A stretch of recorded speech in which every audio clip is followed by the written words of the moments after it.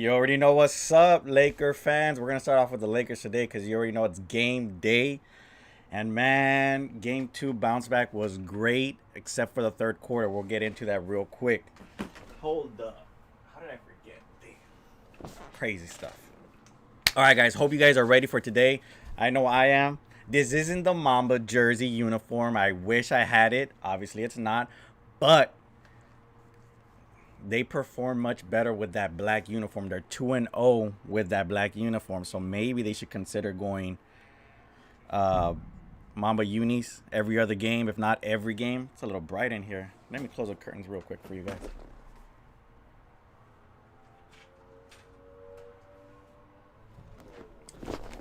guys. There we go.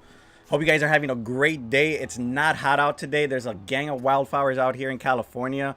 We're all good, but it's still a weird day today. It's not hot. It's random. Yesterday was over 100 over here in the valley and 97 in downtown LA.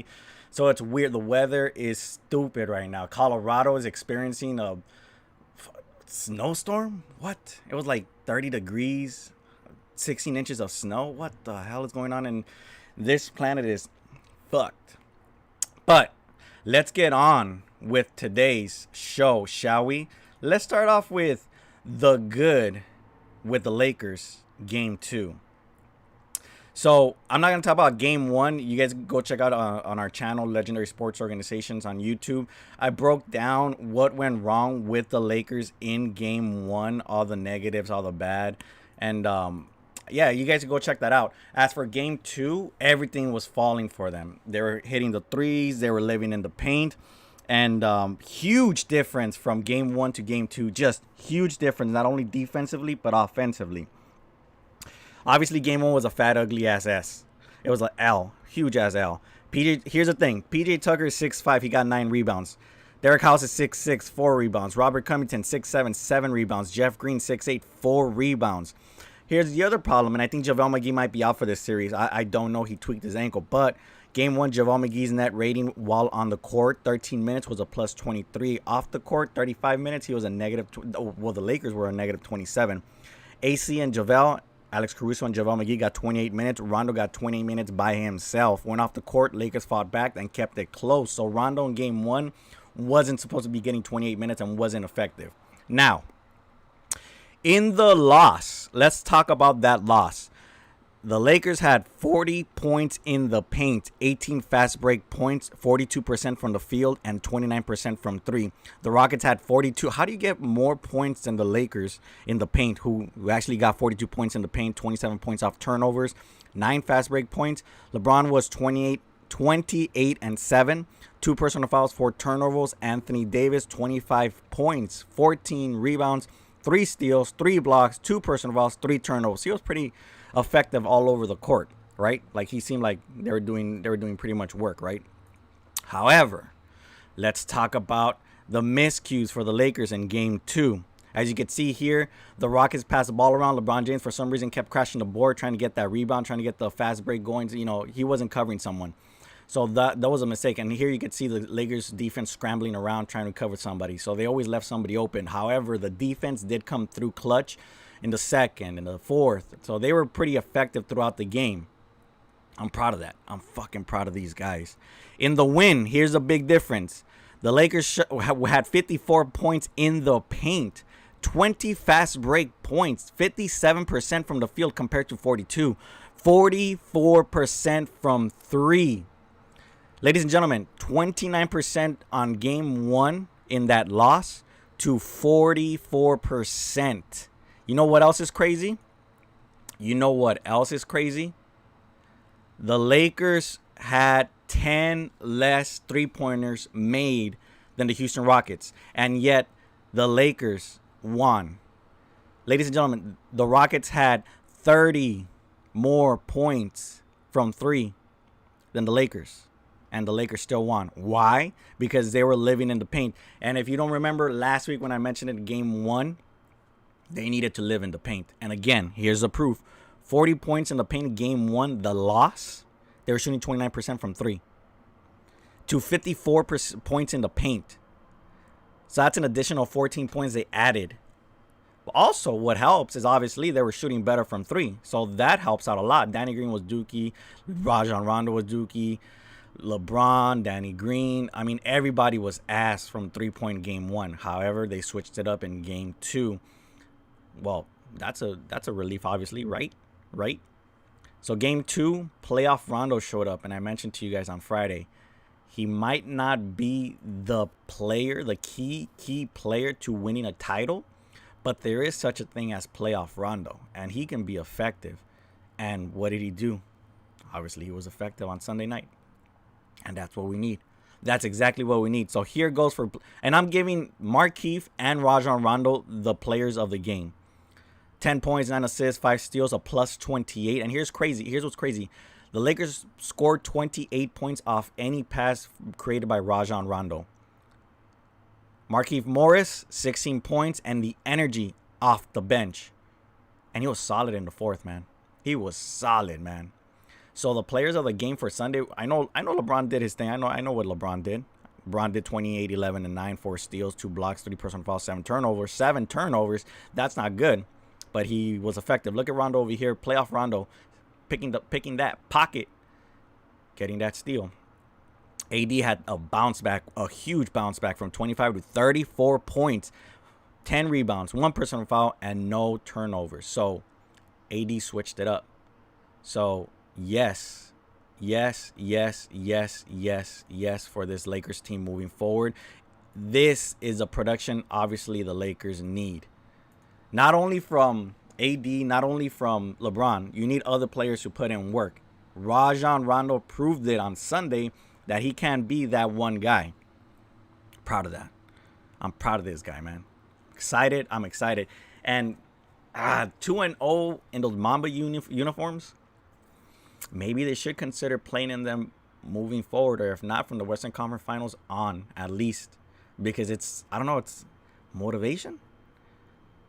A spark? Do you think Kobe steps in and says, hey, you guys are not going to take this L while wearing my uniform, my name on it, and my daughter's name on it? You're not going to take this L. So, I don't know. Maybe moving forward, they should consider wearing these uniforms, right? So, game 3, same game plan as game 2. Only difference,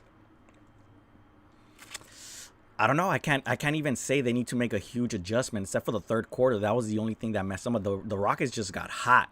Like they were just not missing a third quarter.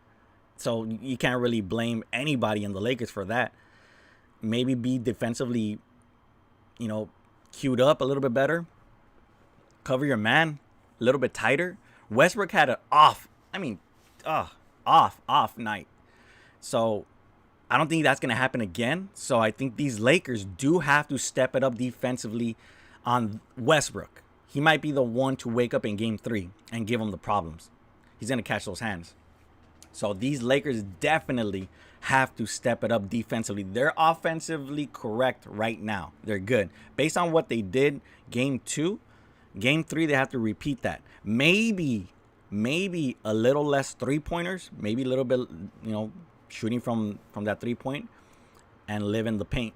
JaVale McGee is going to be a question mark. I don't know if he's going to be playing yet, but maybe consider having Dwight Howard start the game. I don't know. What do you guys think about that? Big news though.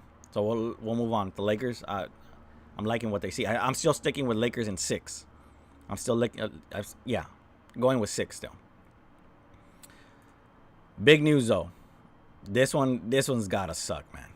This one has to really, really suck. Giannis Antetokounmpo suffered an ankle injury game 2. Suffered another one game 3. And man, game 4 it was even worse. Like he just kept tweaking it, and then bam, it just got worse in game 4. I honestly thought they were gonna get swept because of that. No Giannis, obviously, but then it appeared that Chris Middleton said, "Nah, we're not losing this. We're not getting swept." Oh, but here, I hate this. I hate when this always happens to somebody. So it turns out that NBA officials reports say that Jimmy Butler have had to have gotten 2 free throws with 24.2 seconds left with the Heat up 107-106 in the fourth on Sunday. Instead, the Bucks tied it and forced overtime. The NBA said, and I quote, Hill from Milwaukee moved laterally into Butler's shoulder and initiated contact that affects his shot attempt. This was Iran Winderman. So it sucks when later on a report comes out saying, hey, we messed up. It should have been fouls, which drastically affects the outcome of the game. There's no overtime if Jimmy Butler gets those calls. There's no overtime. So it sucks. Just stay quiet, or there's... Well, what do you do in this situation? You as a fan, you as a Miami Heat fan, you hear we messed up from the officials. What do you do as a fan? You obviously get pissed. You obviously start using that as a reason why we lost that game, why we didn't sweep, why we're not already in the Eastern Conference Finals.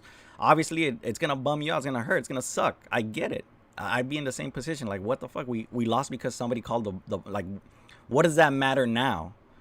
It sucks. Like, you guys fucked up, and nobody takes any responsibility as far as getting a fine. Because later on, you hear all the fines about the players getting technicals and getting a fine. You hear about a player swinging at the air, they get a fine. You hear about a player walking off the court, getting fined for talking shit.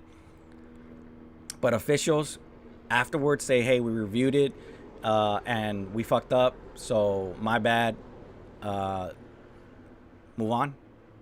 It's not that easy. Like, you can't just claim all that and expect everybody to be okay with it. I'm not a Heat fan, but I feel it from their end. Like, they should have swept already. Sucks. It sucks for Giannis. It sucks for the Bucks. I get what they did and everything, but at the end of the day, now you find out that it wasn't like that big of a win. Like, that sucks balls, bro. That sucks mad balls. In the East, continuing on with the East, the Celtics, man. The Celtics done fucked up. I'm going to quote Fred VanVleet. They fucked up now. They fucked up now. So the Celtics struggled game 3, game 4, and just when you thought the tables had turned, they bounced back in game 5. There's going to be a game 6. I don't know. I can't confidently say the Celtics have the upper hand now because the Raptors have a little bit of momentum and that little bit of drive. And coach has already said that Siakam hasn't been playing well, so I don't know what's going on. I mean, we could relate with LeBron James in game 1 of these series and in the bubble. So I understand Siakam not having a good game, but he is obviously the X factor and the leader on this team for the meantime. So I don't understand why Siakam is struggling when everybody else has already woke up. At the end of the day, he's the main guy. I know it's Kyle Lowry, but the main guy is Siakam.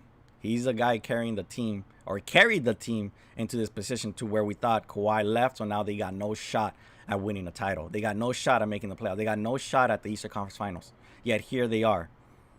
I don't know if he wakes up, that's going to be a problem for the Celtics. Hopefully the Celtics get boned out of this. I'm not trying to see no Celtics in the final try to get that. Yeah. Micah Ornelas, I hear you. Right now, I see the Clippers. Look at what I'm wearing. I see the Clippers and what they're doing.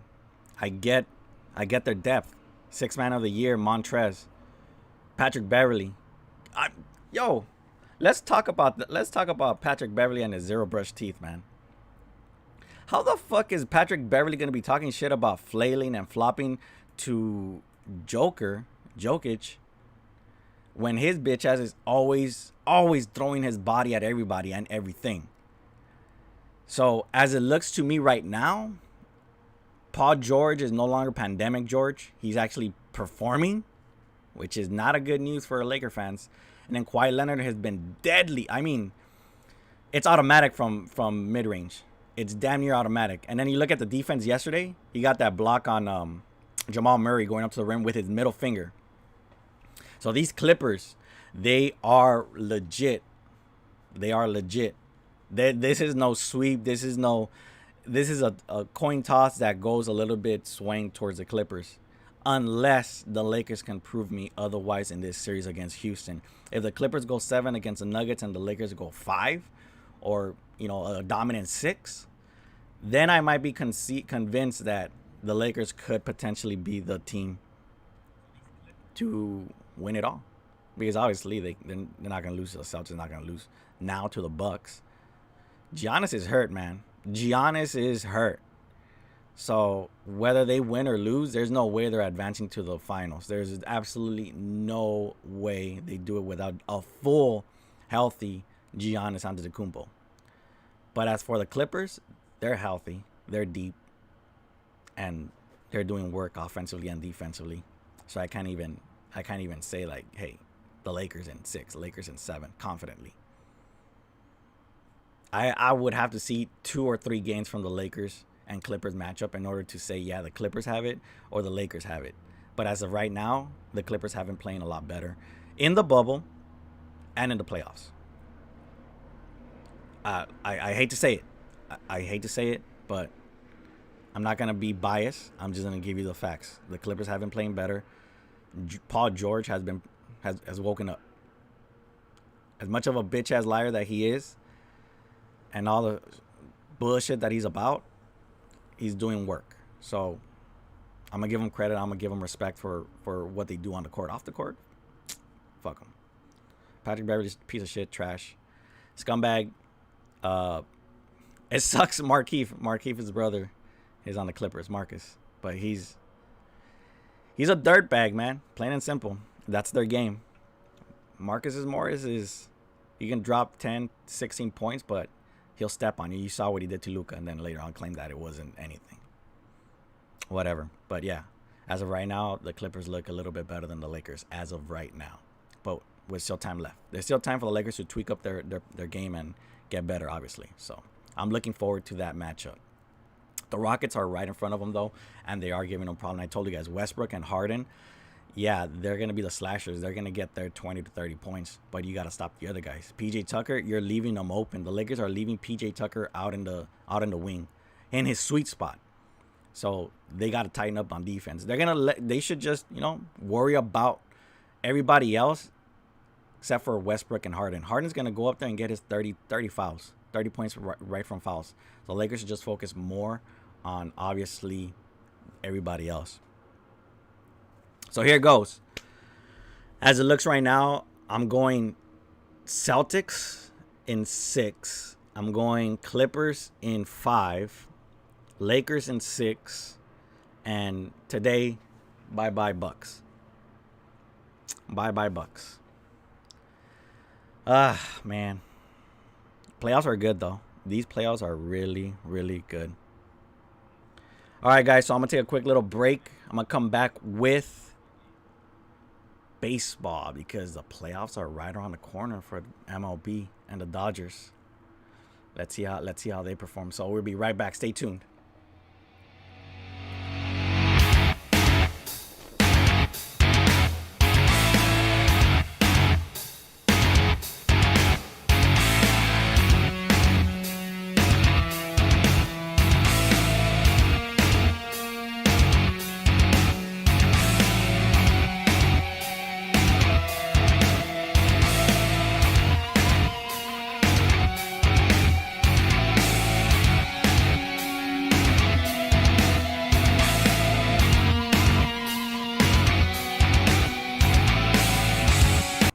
All right, guys.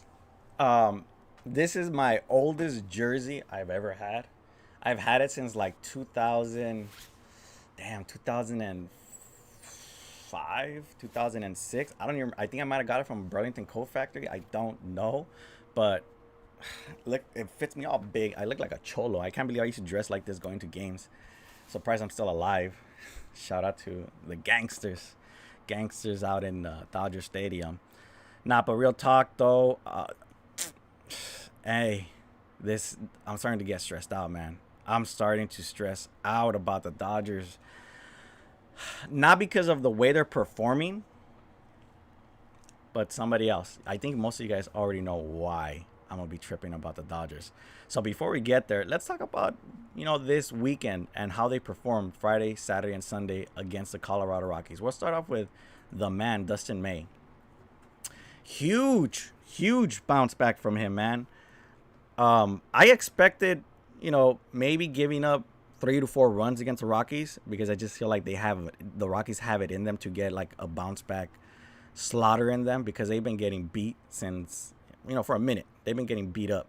But Dustin May, 5 innings, 5 Ks, 5 strikeouts, 2 earned runs, 3 hits. The problem here, and I'll talk about it later, was the pen.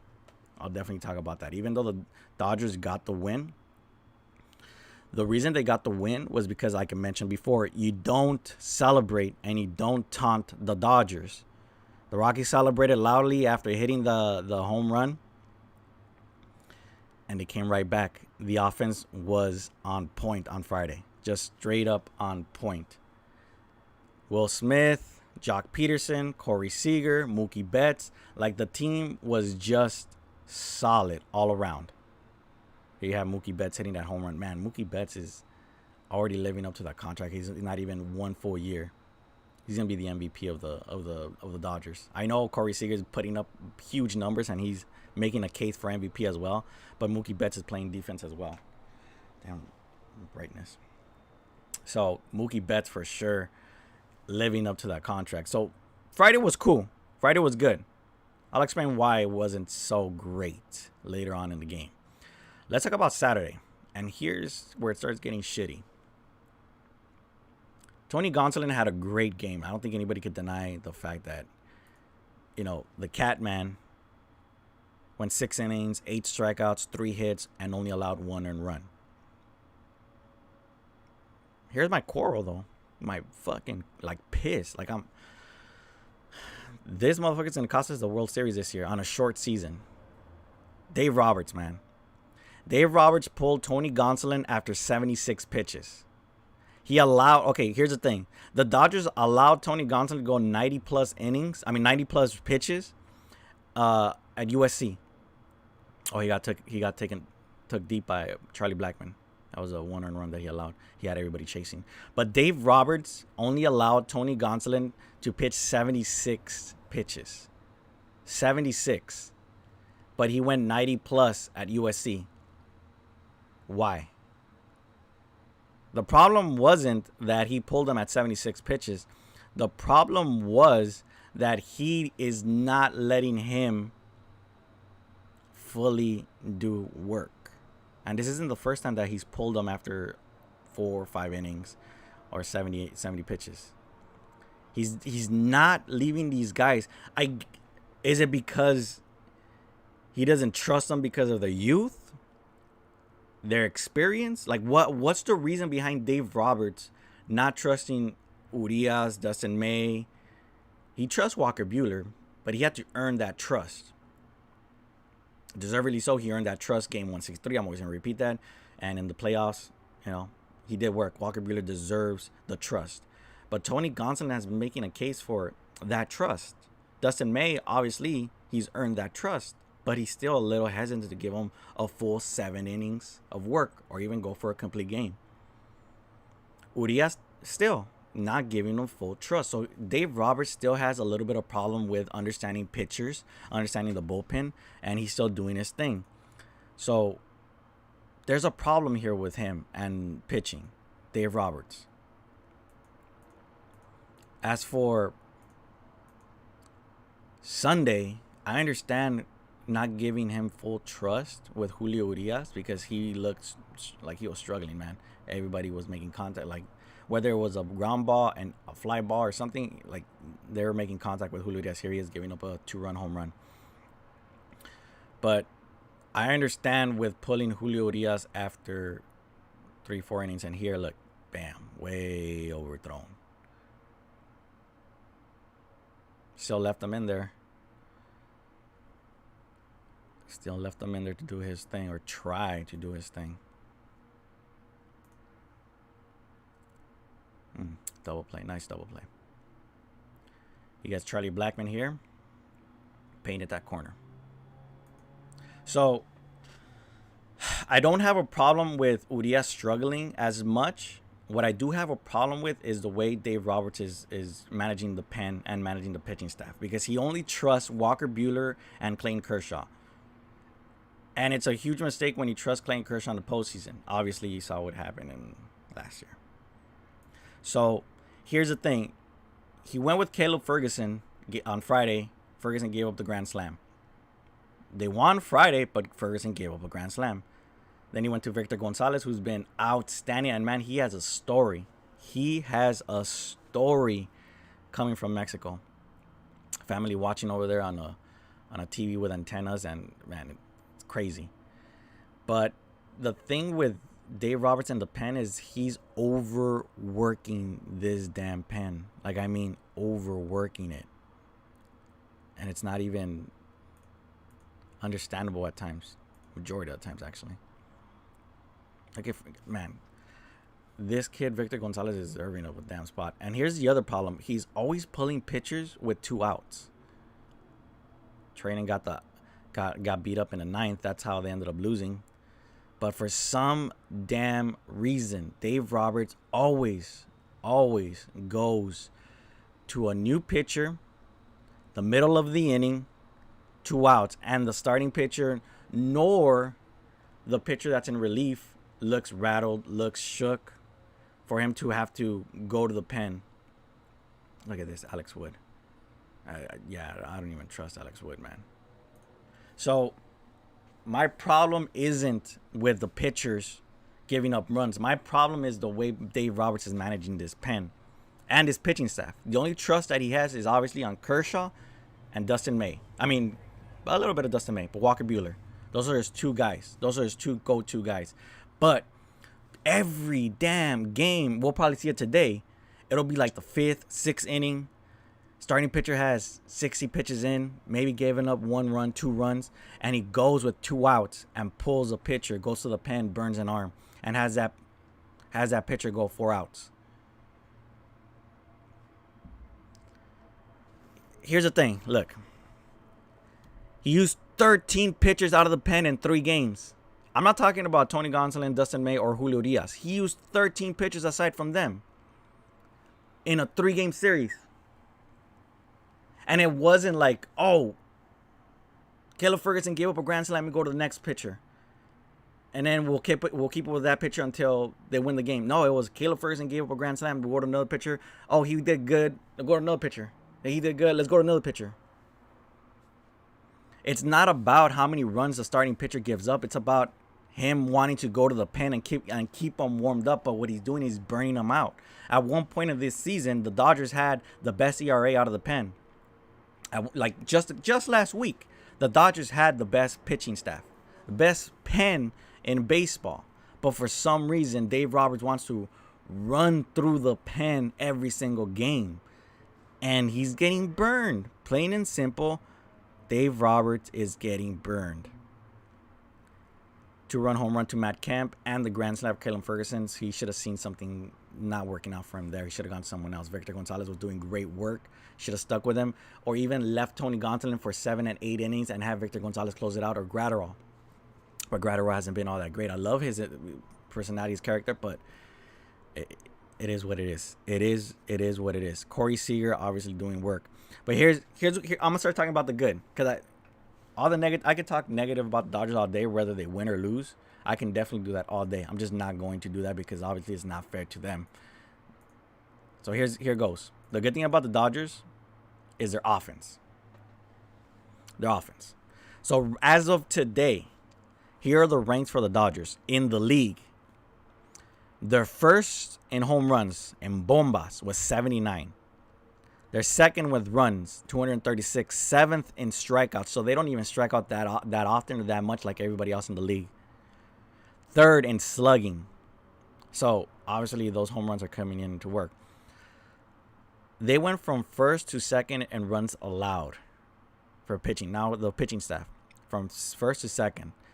From 1st to 2nd in ERA, the Cleveland Indians have the 1st. And they just gave up Mike Clevenger. They're 2nd with ERA plus and 1st in WHIP. So the Dodgers pitching staff is still elite, but Dave Roberts is burning them out. it might seem like a little bit, it was a little serious, but it wasn't necessary to burn through to the pen that fast. And, what if it goes to 18 innings? Then what? You got to play a doubleheader the next day. And who's your pen? Or what's your pen game? Like, what do you do? Like, these are questions that I want answers to. Like, what are you going to do if a game goes way out of his control? What is the solution there? I love that the pen is good still, but I don't like that they're being overworked. And Dave Roberts' excuse, and he's already said this, is he wants the pitchers to be warmed up and ready. He wants them to have reps. Bro, they were proving already. They were proving that they're good. What you need to worry about is a starting rotation. You need to worry about Dustin May developing. You need to worry about Tony Gonsolin developing. You need to worry about Urias finding his rhythm, finding his way. Because if these guys aren't ready for postseason, which is literally, 3-4 weeks away, then what are we going to do? We're going to look back at this and say, well, at this position, he could have figured out how to get out of a stressful situation. Or, he was doing good, but you didn't give him the opportunity to really build up his strength, stamina, and endurance because you pulled him out too early. Those are the questions we're going to be looking at and looking for answers if they get bounced out in the postseason. It's not a guarantee that the Dodgers are going to win the World Series. And the way Dave Roberts manages the pen, we've seen it last year when he pulled Kershaw out of the pen to not only get that one out, but to get Juan Soto. Dave Roberts let Kershaw get murdered. We all witnessed Dave Roberts commit the murder last year.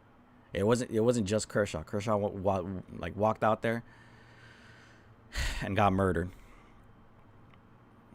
Man, it was bad. It was bad.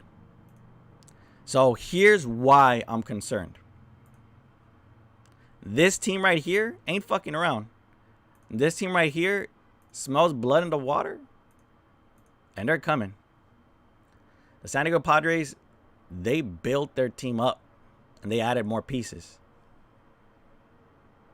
3-4 against the Dodgers. They're going to play their final series against the Dodgers on the 14th, 15th, and 16th of this month. The final series. So this team isn't scared about the Dodgers.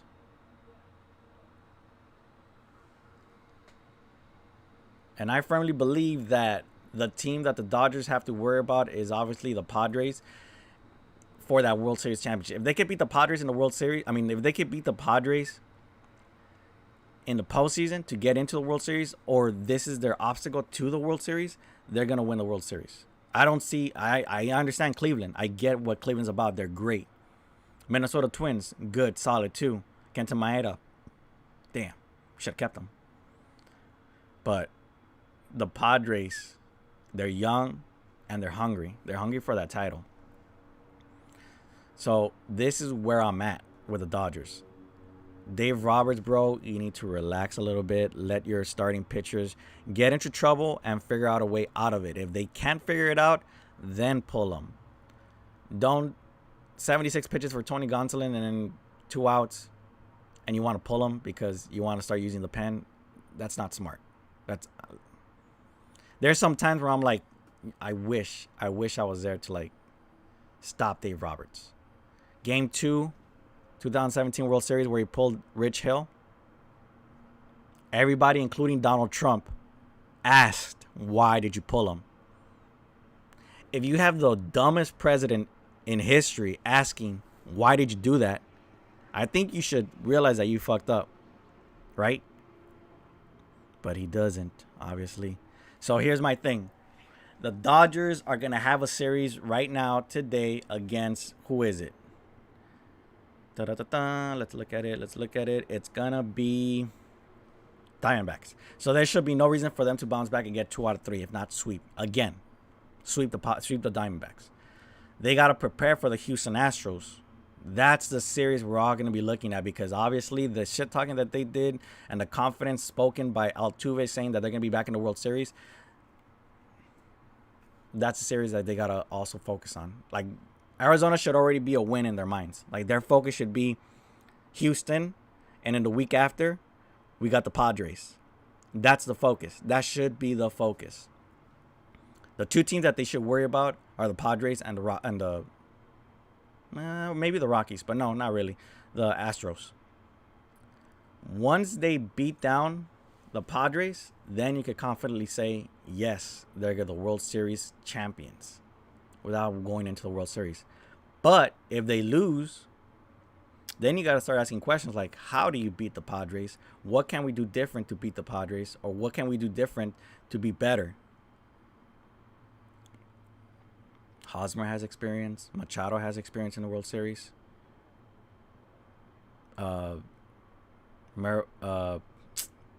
Mitch Moreland, Clevenger, they have postseason experience. So I'm telling you, beware.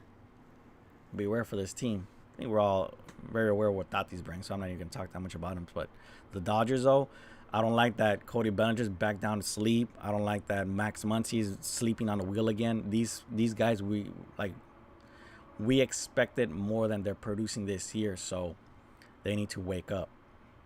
We need a little bit more production out of Cody Bellinger. That was, last week before the series against the Rockies, Cody Bellinger and Max Muncy were already waking up.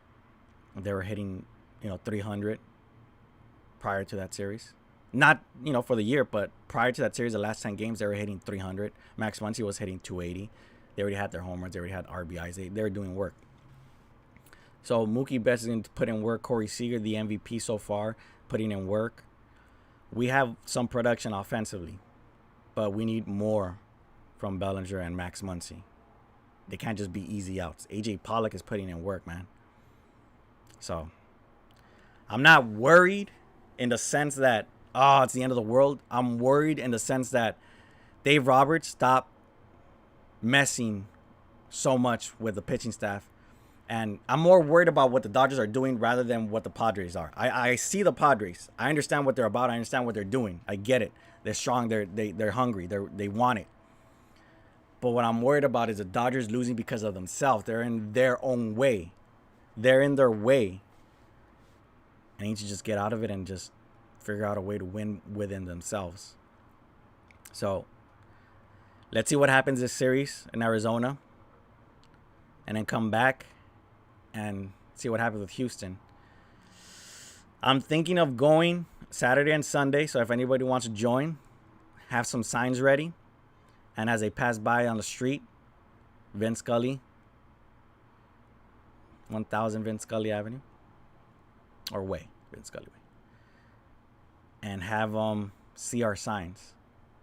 I mean, I don't mind doing it by myself. I'm hoping a bus stops and Correa's the first one out of that bus and wants to square up. But either way, if anybody wants to join, heckle these guys, bring some trash cans, you're more than welcome to Saturday and Sunday. Be there, be squared. With that being said, ladies and gentlemen, I hope you guys are ready. Lake Show, Game 3. I'm a little worried, man. I'm a little worried because Houston is a bitch of a team. They could just kill you from 3 or they could be cold from 3. Third quarter showed that if they could replicate that throughout an entire game, every team is in trouble. So the Lakers need to be ready to cover that 3. Live in the paint offensively, but cover that 3 for the Rockets. And for the Dodgers, wake the fuck up. And stop trying so much, Dave Roberts. Relax. Trust your young guys a little bit more. That's how they learn. That's how they develop. If they fail, let them learn from their mistakes. If not, tell them how they can learn from their mistakes. You're the leader. You're the coach. You're the person that's supposed to guide them. I'm hoping Dave Roberts can learn and realize, like, hey, I see you guys struggling. Here's how you can improve. I'm going to let you guys fail so you guys can learn from your failures. And if you continue failing, obviously, I'm not going to have trust in you, but have a little bit more trust in these young guys. Just trust them a little bit more. Playoffs about to start next month. So hope you guys are ready. With that being said, make sure you guys like, follow, and subscribe. Thank you guys for tuning in. Appreciate you guys as always. And, hit me up. hit me up. Let's talk. You know, I'm always ready to talk to you guys and discuss any sport. You guys have any, concerns just like I do? Let's talk about it. Maybe figure out some solutions. You just never know. But with that, thank you guys for tuning in. I'll catch you guys next time. Let's go Lakers. Let's go Dodgers. See ya.